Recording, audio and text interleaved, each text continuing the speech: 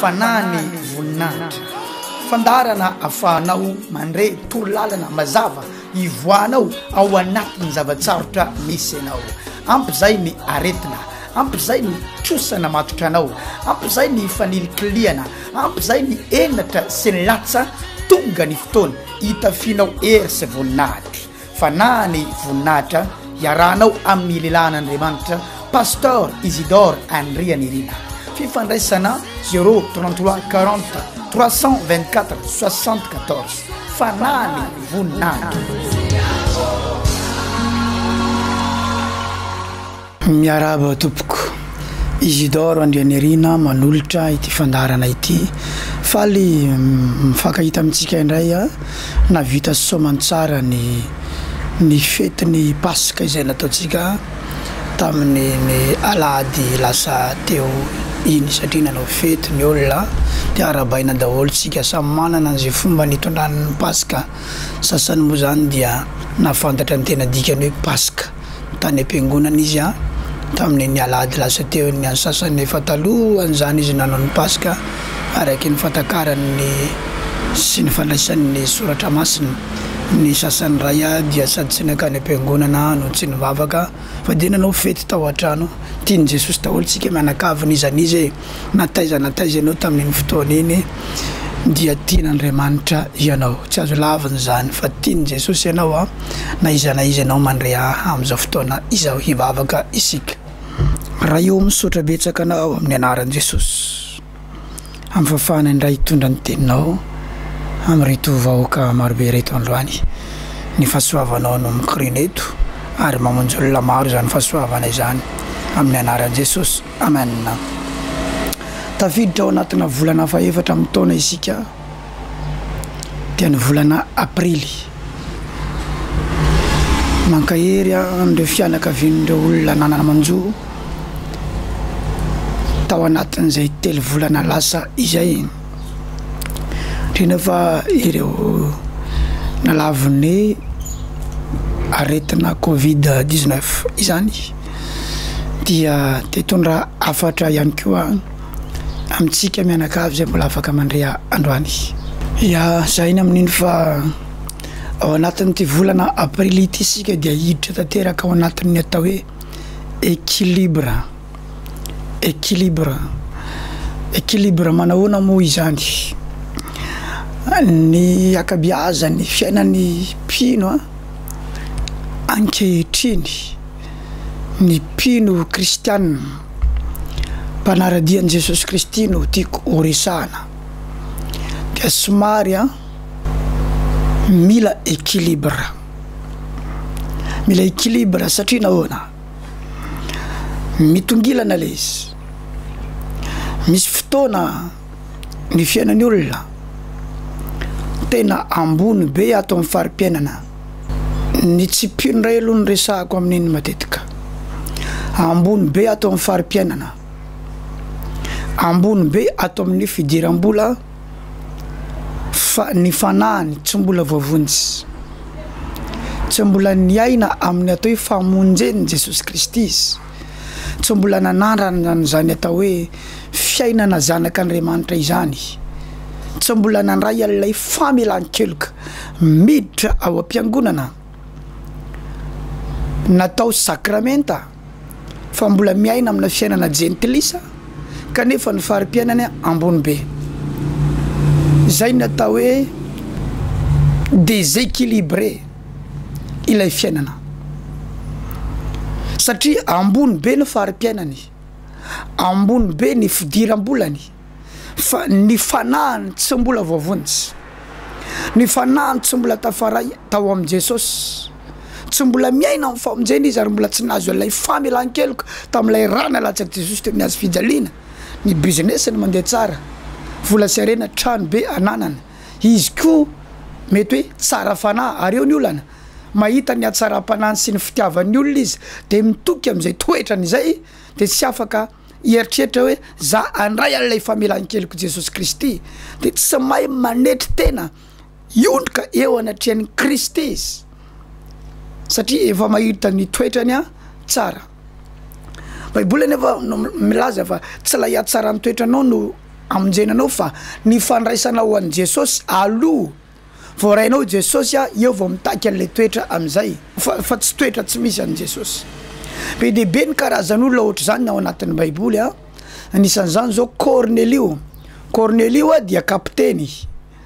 miaramila izy ary kapiteny. Cornelio manam-bola, maninona no milaza hoe manam-bola satria manao asa soa eo amin'ny fiarahamonina izy mianakavy zany dia tsara fanahy manao fiantrana be amin'ny olona, tsara toetra izy mianakavy tsara fanahy izy mianakavy manao asa fiantrana eo amin'ny fiarahamonina mpiarabelona aminy izy mianakavy, ary izy keo nefany dia mivavaka amin'Andriamanitra saingy tsy mbola voavonjy ny fanahany, tsy mbola nandray an'ilay famelan-keloka, tsy mbola miaina amin'ny atao hoe famonjena izy, voninahitra ananany, fisandratana ananany, misandatra izy, kapiteny izy, manana miaramila fehezina marobe izy, ofisier izy, saingy tsy mbola eo amin'ilay famonjena. Ny olona ohatran'izany dia tian'Andriamanitra tsy ho voafitaka satria izy mieritreritra hoe efa izy ty lalako ity, satria izy voalohany aloha tsy manan-java-mahory izy amin'ny vola sy ny arena, voninahitra ananany, toetra tsara ihany keo ananany ary mamioditra eo am-piarabelona aminy izy ary manampy ny fiarahamonina. Ka raha zany olo zany very am'izao fotsiny malahelo Andriamanitra. Dia nanapa-kevitra Andriamanitra naniraka anjely tonga tao an-tranony amin'ny Asan'ny Apôstôly toko 10. Dia lay anjely am'izay ny teny taminy maniraha olona ianao haka ny Petera, mamiaramila anao ajaina foana ianao, tsy hainao mihitsy nandeha hiantso an'ny Petera any fa maniraha olona ianao haka ny Petera, ianao kapiteny manana miaramila fehezinao, dia i Petera am'izay tonga ao an-tranonao hilaza aminao zay tokony ho lazaina aminao. Petera tsy iza fa apôstôlin' Jesosy Kristy, Masinda Piera zany. Dia tonga tao am'izay Petera hoe inona nitadiavanareo anahy, dia nazavainy hoe nisy anjely tonga tao an-tranoko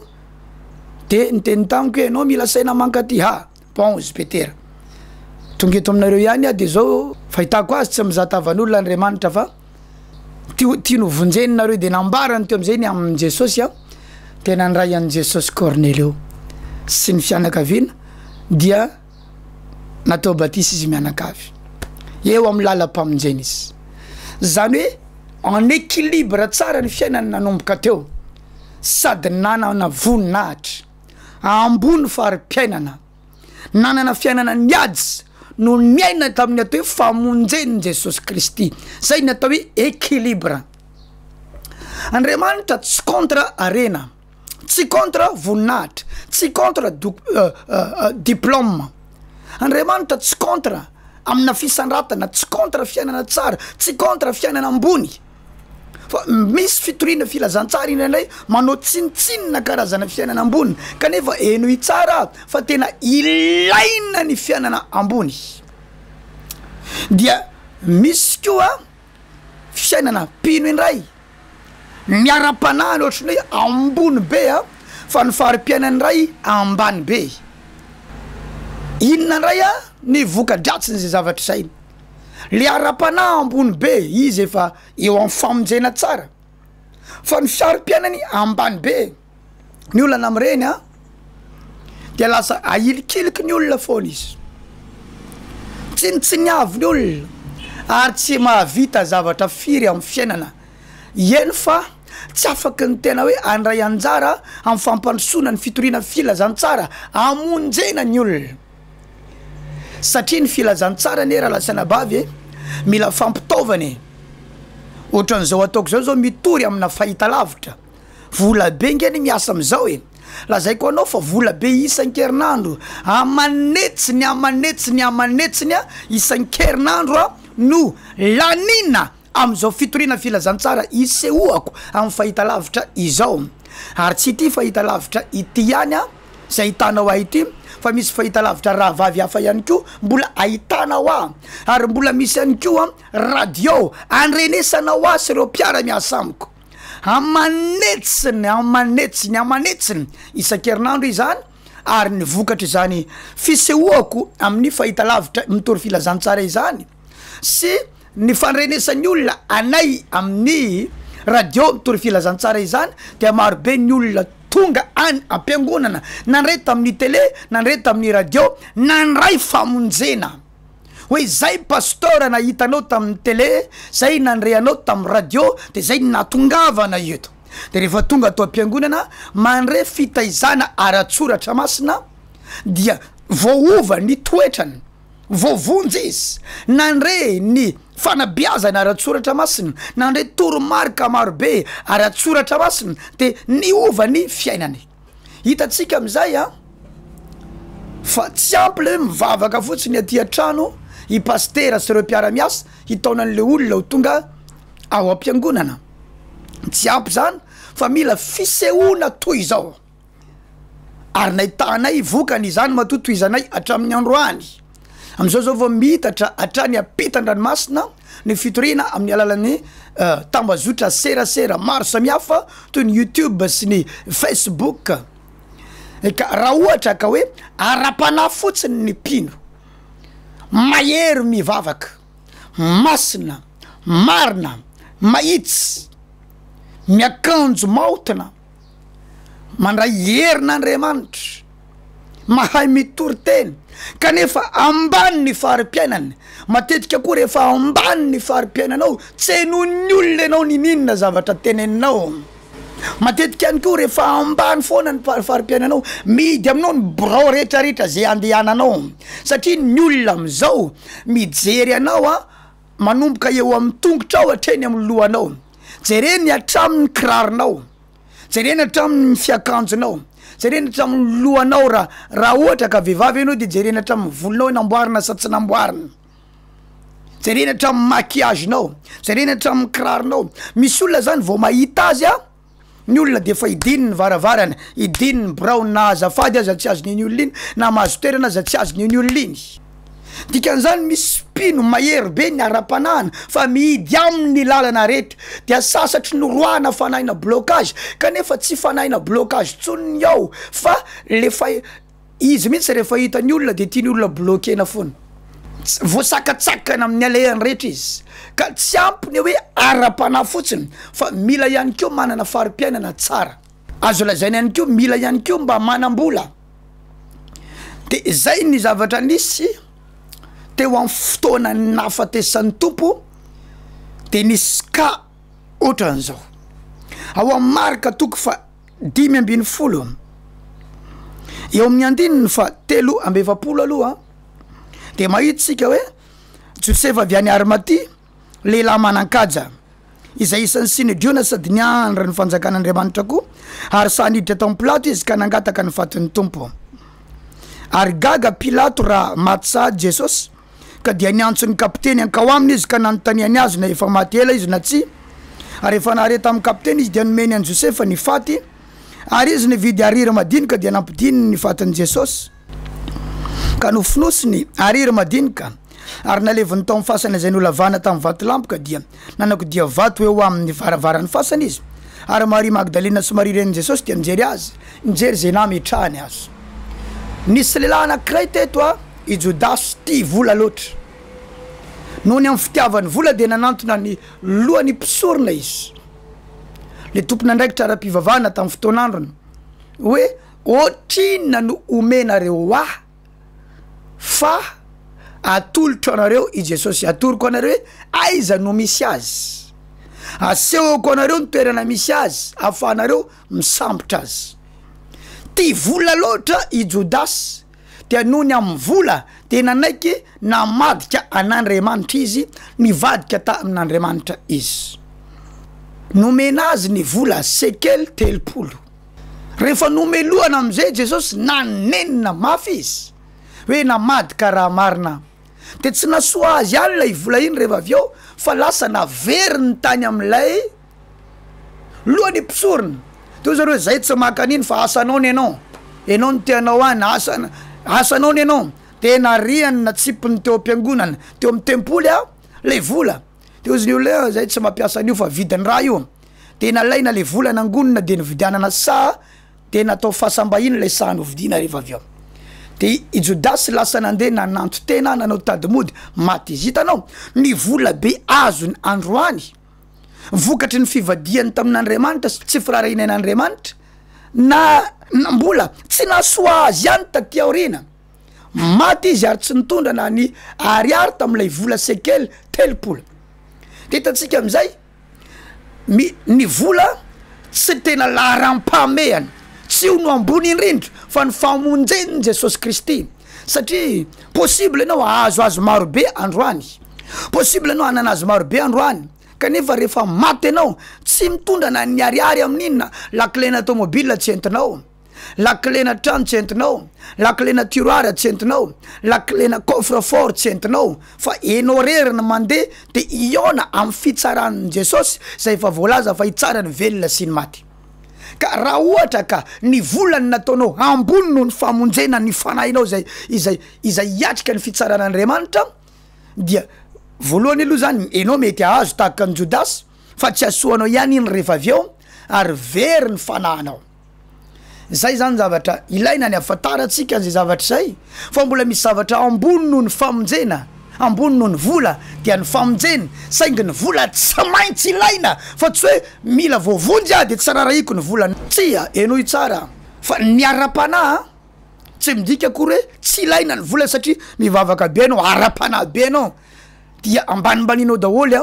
reo olona somary ambonimbony fari-piainana na manamanan-kaja fa ireo dia tsy maintsy ilainao tompoko, tsy maintsy ilainao na ny lehibe amin'ny tany ilainao, ny autorité amin'ny tany ilainao, ny olona eny amin'ny biro-mpanjakana maro samihafa reny ilainao reny satria napetraka Andriamanitra eo ireny. Fa indraindray ny mpino diso ara-panahy loatra de tsy niavy ireny rehetrarehetra ireny nefa rafim-pandaminana Andriamanitra ireny rehetrarehetra ireny. Tamin'ny andron'ny Josefa tompoko nisy an'ry Farao ambony toerana tany Egypta izay nitehirizin'Andriamanitra amelona ny zanak'Israely tamin'ny fotoanany Mosary jentilisa ry Farao kanefa vary avy amin'ny jentilisa tao no namelomana ny vahoakan'Andriamanitra taty aorina. Dikan'izany tsy azo tsiniavina ny olona tsirairay avy zay samy napetraka Andriamanitra eo amin'ny toerany, tsy azo tsiniavina izany, tsy azo tsiniavina. Tak'izany ry Nebokadnezara jentilisa tamin'ny fotoan'androny izy no mpanjaka tany Babilôna fa ireo no fitaovana nanandratan'Andriamanitra ry Daniel ho ambony tamin'ny fotoan'androny zay afaka nanolo-tsaina azy mba tsy haringana ny vahoakan'Andriamanitra de ny Israely zay baby tao Babilôna.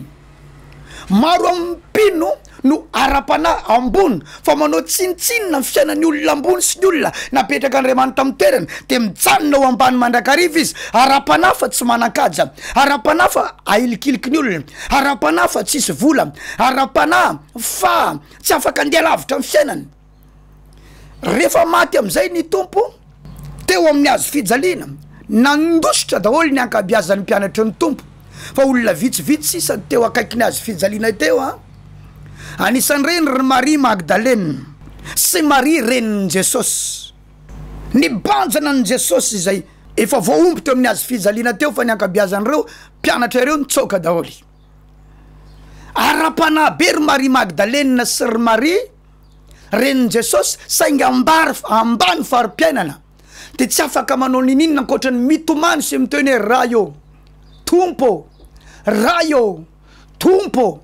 fa ankoatra ny raha io sy ny tompo misy zavatra ilaina ankoatran'izany de ny aja ny poids eo amin'ny fiainana, ny voninahitra eo amin'ny fiainana ilaina, tena ilaina izany. Maninona no milaza an'izany? Ny raha io sy ny tompo Marie renin'i Jesosy sy Marie Magdalene ny ranomason'izy ireo tsy ampy nanova zavatra hitan'Andriamanitra ny etaetapony saingy misy zavatra ilaina ankoatran'izany. Misy lehilahy atao hoe Josefa avy any Arimatia teo. Josefa io de lehilahy manan-kaja sady mpianatra ny tompo izy, disciple izy tsy apôtre, tsy apôstôly fa mpianatra, disciple fa tsy apôtre. Indray manko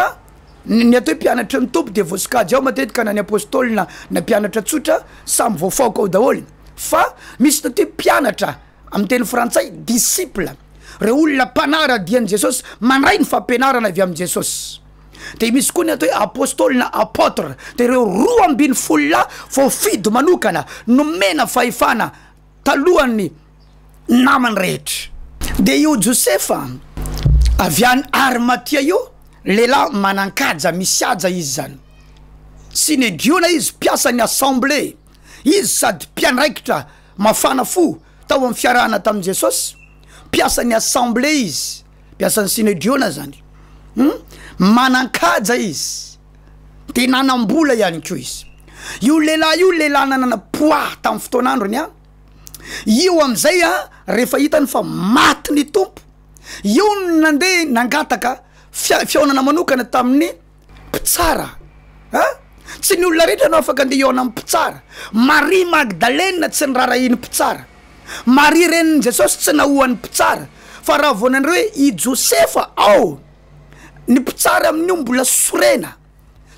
tamin'ny zavatra nataon'ny vahoaka, satria tsy fidany tamin'ny mpitsara i Pilato ny nanombo an' Jesosy teo amin'ny azy fijaliana, fa ny Jiosy no niteny omboy, fa i Pilato sy ny vadiny dia malala fa olon'Andriamanitra i Jesosy. Vadiny Pilato zay mpitsara de nampahafantarin'Andriamanitra fa olo marina i Jesosy tamin'ny alalan'ny nofo, ary nyresaka tamin'ny Pilato vadiny izy hoe mitandremany amin'io lehilahy io fa olo marina io. De nanomboka teo Pilato ny tena za manaso tanana, za tsy manameloka an'io fa de ataovinareo any ary fa anareo zany. De izy hiratsaina izy, sorena izy ny amin'ny zava-misy, olona tsy tokony andray olona mihitsy izy tamin'ny fotoan'androny. Kanefa rehefa nandreo izy Josefa mitady anao ao, Josefa nanana poids, Josefa olona nanan-kaja, de nampandrosoy ny tao an-trano. Hitanao zany fa ilaina ny farim-piainana ambony, ilaina ny vesatra sy ny poids eo amin'ny fiainana. Raha manana olana ianao ka olana somary tsarotsarotra ka mila olona ambony, tsy maintsy misy olona ambony azonao iresana ao. Zay vao iny olona ambony iny ndray no miresaka amin'ny olona ambony, fa misy fotoana ianao tsy tonga de ino ny olona izany de voasakana ny lalanao. Ety ambonin'ny tany misy ny atao hoe ambony raha lasana bavy malala, misy ny ambony, misy ny ambany, ary reo de napetraka Andriamanitra tsara reo zavatra ao. Hoy ny Baiboly hoe manaja izay rehetra manana fahefana fa voatendrin'Andriamanitra ny am'izany izy. Tsy hoe rehefa pino korinao de tsinitsiniavinao daholo hoe ireo la tsisy dikandreo tsy manana an' Jesosy reo zao, fa ireo aza natao atoronao an' Jesosy ireo. Inona ny zavatra misy? Tafiditra tao amin'ny mpitsara tao i Josefa de niteny mba omeo any fatin'ny tompo. Marie tsy afaka niona tamin'ny mpitsara, vao mahita ny poziny fotsiny i Pilato de tsy afaka andray azy, miaraka am'le saron-doha be sy ny rebarebana iny. I Marie Magdalena ihany keo tsy afaka iona amin'ny Pilato hoe inona koa ty vehivavy ty tsy ataoko inona ny andray an'ity alefazo makany io, na de miteny amin'ny teny tsy fantatra ireo ninina ara-panandreo, tsy afaka nandray azy ny mpitsara. Fa i Josefa zay mpianatra ny tompo sady ara-panahy manan-kaja, manana toerana ambony no ny raisy ny mpitsara. Lazaiko anao fa tsy nanome vola ny mpitsara izy, fa ny poahany nentiny resaka tamin'ny mpitsara, satria mba olona manan-kaja ihany izy de ny raisiny manan-kaja. Matetika rehefa tsisy hajany ianao de tsy raisiny olona manan-kaja. Eo no mila ianarantsika tsara ny soratra masina, eo no mila ianarantsika tsara fiainana, tsy tsara ny tonga de manambanimbany zavatra am'izao fotsiny. De ozy izy mba omeo any fatin'ny tompo, fa nga maty sady ny tompo ozy mpitsara, maty ka. De naniraka kapiteny anankiray izy nandeha nanamarina na hoe maty marina izy na tsy, de lasa le kapiteny nijerena maty, niverina avy any izy tonga de niarahaba ny Pilato, maty izy tompoko. Ok, ndanary monsieur Joseph afaka alainao ary ny fatiny. De nivoaka izy andiaka ny fatin'ny tompo, nandeha nividy ariry madinika amonosana ny fatin'ny tompo, zay le toerany vola izay. I Josefa ndray namoaka vola tany am-posina amonosana ny fatin'i Jesosy, satria raha tsy nalevina ny fatin'i Jesosy tsy afaka nitsangana izy ho famonjena n'izao tontolo zao, satria tsy ny fahafatesan'i Jesosy ihany no laina, fa ny fitsanganana mba hanangana atsika olo mba ovao. Fa raha tsy atsangana ny maty hoy ny apôstôly Paoly de foana ny toro-teninay tsisy dikany ny fivavahana raha tsisy ny fitsanganana amin'ny maty satria rehefa maty koa tsika de maty any tsy afaka hitsangany indray andro any hoany Jerosalema vaovao de tsy misy dikany fa ity Josefa avy any Arimatia nampiasa ny volany aminosana ny fatin'ny tompo dia io nandevina azy tatsika amizay fa ilaina le poids Josefa sy lay vola anananany Josefa i Jodasy ty vola mihoatra ny famonjena dia niodina tamin'Andriamanitra tsy ny rahan'Andriamanitra fa i Josefa ndray tia ny famonjena ambony noho ny vola de nampiasa ny volany ho amin'ny famonjena n'izao tontolo izao de nataon'ny Marie Magdalena sy Marie renin Jesosy nanara-maso ny Josefa nandeha nandevina hoe aiza ny nametrahany azy zay ny voasoratra eo amin'ny Marka 15:47 Marie Magdalena sy Marie renin Jesosy de nijery zay nametrahany azy izy ara-panahy fa mivavaka aiza ny androany tario zay am'izay misy ny fahafatesana iny aiza ny fanahy manararoatra fanahy mangalatra ny fatin'ny tompo miala amin'ny anaran'i Jesosy zay ny vitany fa misy tray mampiasa ny volany mampiasa ny poany mampiasa ny voninahiny inoko fa azonao ny tiako resahany zay ny atao hoe équilibre i Josefa sady ara-panahy satria linany amin'ny famonjena nijery ny famonjena hatramin'ny farany izy sady nanana ny poany sy ny voninahiny niaonany tamin'ny olona ambony ary namoaka ny volany ho amin'ny famonjena n'izao tontolo izao ka manritra nyty volana aprily ity tsika andidina n'izay resaky zay équilibre zany hoe ara-panahy sady manana fari-piainana tsara ara-panahy sady mba manam-bola ihany ko tsy ampiasain'ny vola fa mampiasa vola ny vola tsy contre n'Andriamanitra fa jereo tsara za rehefa nandray ny fanamasina ny apôstôly ny fiangonana dia nanatitra vola vidiny zay zavatra namidiny reo nanoanana ny fitoriana filazantsara amin'ny Korintianina 2:9 misy fotoana namory vola ny fiangonana tao Makedonia amonjena ny pino tratrana mosary tany Jody hitatsika amizay fa mitanila ny fiainan'ny olona marobe ankehitriny na io ambony fari-piainana be fa tsy miraraha famonjena de vereny amin'ny afobe nanambola azy kanefa ny volany tsy afaka hoentiny makany apasana akory na trano kely aza tsy afaka hoentiny any fa sërke tsara tare sisany azo aminosana azy de tsy mahita an Jesosy izy satria tsy voavonjy zany hoe tsy niaina tamin'ny atao hoe équilibre ny volany sy ny voninahiny tsy ratsy tsy mialina an'iny Andriamanitra mbola Andriamanitra aza nanome an'iny saingy izy tsy voavonjy fotsiny ny olany tsy olana kely fa olany de ny sasany ray ny pino mahery be ara-panahy ambony be ara-panahy fa sainga tsy manana fiainana tsara tsy mba manana fiainana mba mety tsy mba manana fari-piainana mba tena hoe mateza mihidy amin'ny lalana rehetrarehetra sahirana mafy izy ny amin'ny vola zay fitaovana ety amboniny tany zay anikafana ny lalana izany ka manasanao mandritra ny volana avril alatsinainy alarobia sabotsy alahady reo de fotoana lehibe reo alatsinainy dia fotoana natokana ho an'ny vehivavy miaraka amin'ny vehivavin'Andriamanitra pasteur Josia Andrianirina ao an-tany Matsajy amin'ny 12 mandray olona izy rehefa mirava ny alarobia ndray miaraka amiko amin'ny 12 de mandray olona rehefa mirava ny tany Matsajy daholo ary ny sabotsy ho avy izao zay tsy nireko manokana amin'ny maison de la culture dia tsy misy fitombavaka iarahanao amin'ny fanainy voninahitra tsy misy ihany fa ao an-tany Masaja ny fitombavaka ny sabotsy ho avy izao manomboka amin'ny fito sasany maraina tsy misy any amin'ny maison de la culture fa ny tany Masaja ny fitombavaka amin'ny fito sasany maraina zany misokatra ny toerana malalaka any ambadika ny trano fiangonana zay tsona hoe overflowse misy vavady any ambadika any miditra am'le lalana ambadika ny fiangonana iny any de any ambadika any ny sasany de aty ambadika aty amin'ny arabe ny sasany ka mampafantatra atsika mianakavy fa fotoana lehibe io sabotsy io sy ty volana avril ray manontolo ity ny alahady ny ray manomboka amin'ny valo maraina samy an-tany Masaja avokoa izany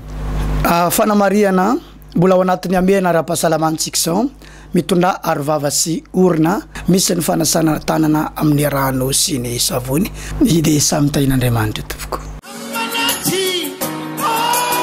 fanany voninahitra fandarana afahanao mandre torolalana mazava ivoanao ao anatin'ny zavatsarotra misy anao ampy zay ny aretina ampyzay ny trosana matotra anao, ampyzay ny fanilikiliana, ampyzay ny enatra sy ny latsa tonga ny fotoana hitafinao hery sy voninahitra. Fa na ny voninahitra iarahanao amin'ny lehilahin'Andriamanitra Pasteur Isidore Andria Nirina. Fifandraisana 033 40 324 74 fanany voninahitra.